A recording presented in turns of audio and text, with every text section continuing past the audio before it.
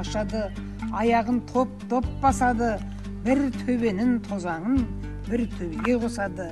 Кешке таман тайбұрыл жыңғаққанға ұқсады, құлан менен құлжанын ұзатпай алдын тосады. Көл жағалай отырған көк құтан мен қарабай көтеріліп ұшқанша белінен басып асады. Дуадақпен жек қалды, әлде өтірік әлде шын, ақ қарабас лашын өлген құсты жеп қалды. Ебелек ұшты елсізден, көбелек ұшты көлсізден, адам жүрмес жерлерден, батпақ лай көлдерден. Әлдиден эпосқа дейін. Жобаның авторы Санжар Керімбай.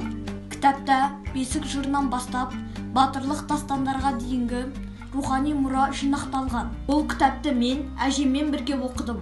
Себебі бұның ішінде көптеген мағынасы терең, түсініксіз сөздер болды.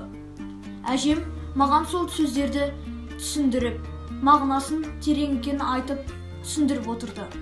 Әжем мұғалім болғандықтан менің білімімді пысықтап отырды.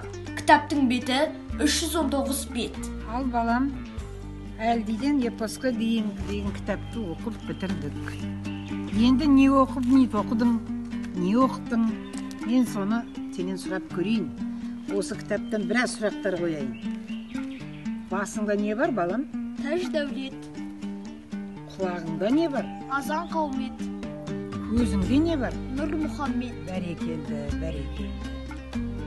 Қасыңда не бар? Кәләмә құдірет. Маңдайыңда не бар? Тәж дәулет. Мұрныңда не бар? Ырзық жәннат. Ырзығың бәрі осында екен ғой, балам. Аузыңда не бар? Кәләм шахадат. Тілегіңде не бар? Зікір салауат. Жүрегіңде не бар?